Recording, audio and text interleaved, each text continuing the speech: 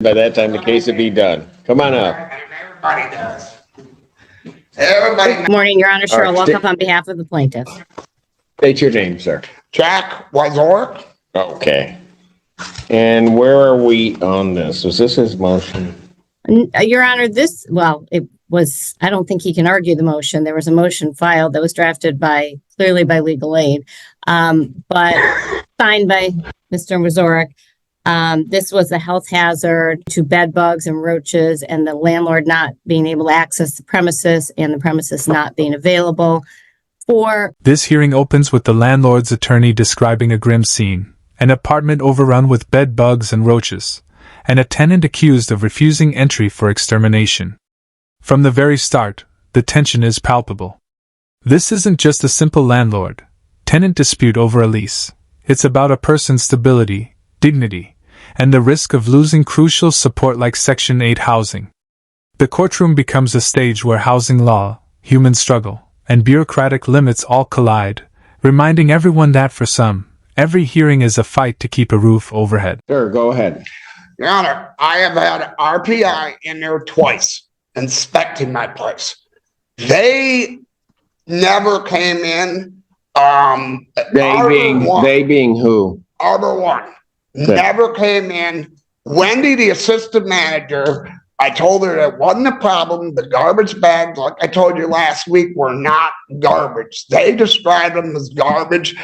Those were pots and pans and stuff we had to put in the bags because they wanted to do a cockroach inspection. 6.5 years, I've never seen a cockroach. They turned it into, it's garbage. There's garbage all over the house. They never brought anybody in. I had a lady, a friend of mine, $100 after that to come in and make sure everything was in line. You got an affidavit from legal aid knowing that RPI been in there twice and gave me a pass inspection. They passed me twice. Number one has never come in to my house. Wendy told me she got the report on a Friday. She said she'd have somebody in there Monday.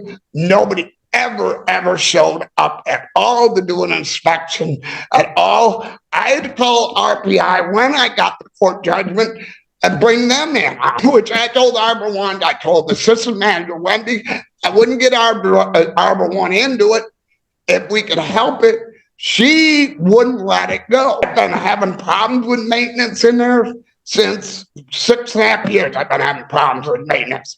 All I'm trying to do is keep a good place. Arbor One, RPI there twice. They said the inspection passed, and so they never come in. Arbor One never came in and did any kind of inspection at all. Listen closely as Mr. Wazork presents his defense. He isn't simply offering excuses. He's backing his claims with evidence, inspection records, an affidavit from legal aid, and receipts showing his own expenses for cleaning. It's a powerful moment that captures the essence of eviction court, the collision between the rigid world of paperwork and procedure and the messy, lived reality of tenants fighting to prove they've done everything right just to keep their homes. Okay, but sir, you let the treatment providers in? They were told. That's a yes or no? Yes. Not at the time that they actually came the first two times when we were in, Your Honor, but it's important that this is clarified. On the second, they were denied entry, and then on the court hearing date, which would have been the 16th, they were denied. After the fact, after the judgment was entered, they were permitted. So they were denied. Sir, were denied entry on the 2nd and the 16th. Yeah, the 16th. The date of the hearing was the 16th. So did they come in on the 2nd, sir?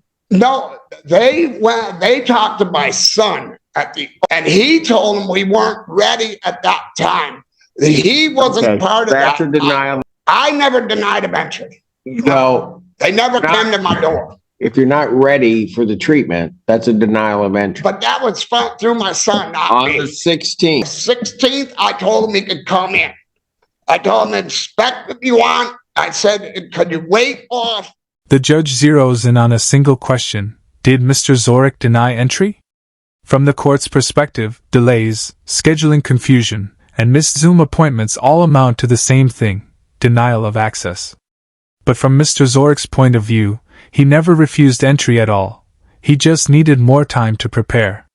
That small difference in interpretation becomes the turning point, showing exactly how so many tenants lose cases not because of bad intentions, but because of miscommunication and procedural gray areas. Exactly, sir. Exactly, sir. They needed to come in and do the treatment. You know, they don't understand that we have a house we have to maintain ourselves. And when I'm on court, on Zoom, on the phone, all I'm asking for, I'll move out. I just need more time. That's what he said 2 they weeks want. ago. If they want me to move out, I'll move out. I just need more time to do it. See, the assistant manager, I don't know if this lawyer knows it or not, but they called. When are you going to move? I don't know yet. Okay, let me put it to you real straightforward. I've listened to what you've told me, everything in the file, and both of those 2 times would be considered a denial of entry for treatment of the premises. When Mr. Zorich says, "I'll move out, I just need more time," the desperation is palpable. It's not just a plea for a few extra days, it's a human attempt to hold on to dignity while the gears of the legal system keep turning. In that moment, you see the emotional divide between law and life. The court focuses on deadlines and compliance, while the tenant is fighting for stability and a place to call home. But yeah, they didn't even start with the bed bugs at all. Sir, if you can argue with me all you want. I'd like to get a lawyer or go to trial with this because this ain't right. This is not right. I've been haunted by this company for maintenance. The first maintenance problem started years. I'm explaining to you what my find out. If you want, you have a lot of opportunities to do what you want to do. I don't have a problem with that. All right. I'm explaining to you what my findings are. Is that a yes? Yes. I'm trying to find in that the Judge Barr found that they were entitled to that. The writ should be signed. You have indicated to me that you will move, but that you needed time. So my question to you is, how much time did you? Still like June? Well, that's not going to happen. Okay, because what it is Wendy, their assistant manager, called me last night at 7:00 and told me the lawyer. The prep sheet confusion becomes a major turning point. Different instructions for cockroaches and bed bugs, no written notice, and unclear communication. If Mr. Zorich's claim is accurate, it's a procedural mess. Yet in eviction court, technicalities rarely favor tenants. The burden of proof shifts quickly, and in this case, it lands squarely on him. What should have been a question of process becomes a question of blame. All of that's fine. The problem is that the landlord, you objected when you came in here to the hearing that took, that's what you were giving me, which is the only reason that I set this where I did. The problem here is that there was a denial of entry to the premise or court. It is what it is, sir. But Your Honor, what I'm trying to say though is through the original judgment, it was over garbage bags. It wasn't over bed bugs. And they said we didn't prep for the bed bugs the first time. When they gave me a prep sheet. They never told me. They said, oh, go back to your prep sheet in December. We never got a prep sheet in December at all. They started this in January, and they said, go back to your prep sheet you got in December to prep it. Well, I never got no prep sheet on bed bugs. We get a prep sheet on cockroaches, which is total different prep for cockroaches and bed bugs. We never received a prep sheet for bed bugs, so we didn't know what to prep. So how could I bring them in and say, yeah, we'll prep, when I don't have a prep sheet to know how to prep it? This is the breaking moment. The judge announces that the writ will issue, the final step before eviction. Mr. Zorich pleads, explaining he's 60 years old, has nowhere to go, and will lose his housing voucher. In that instant, the courtroom tension turns human. What sounds like a routine order on paper becomes a sentence of displacement. It's not just a legal outcome, it's the edge of homelessness, captured in real time. Every time I tell you what I'm finding, you keep telling me something new. You're going to I'm only dealing- 2 times, Your Honor.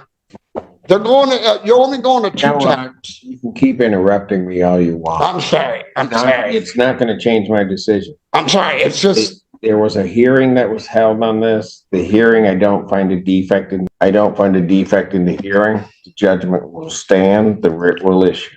how long? I'm done. The writ issues. It's the statutory, there's no period, sir. There was a How long do I have to move? I'm saying, how long? And finally, the judge snaps. After listening patiently and being accused of unfairness, she draws the line. Her outburst, "How dare you say you don't get a fair hearing?" exposes the raw power of the bench in a single moment. The final words, "I suggest you close your mouth," land like a gavel strike, sharp, final, and absolute. It's courtroom drama at its peak, a desperate tenant fighting for his home, and a judge asserting control over a system that leaves little room for mercy. I just signed the writ, sir. So you're operating on... Because I'm going to lose my Section 8. If this writ goes through, I lose my Section 8. And I have no other way of paying my rent or anything. I've been there 6.5 years, paid my rent, never gave a problem at all to them. And because the bed bug they're supposed to eliminate, I haven't even done anything that is causes warrant for me to. That's why I'm asking. I just need a little more time, yeah. You know, I need at least a month. And now, if they're causing on a writ, that means they're evicting me. No place is going to touch me with an eviction. You understand what I'm saying? I go to some place, tell them, "Oh, I got a hit. I'm 60 years old. I don't have time for that."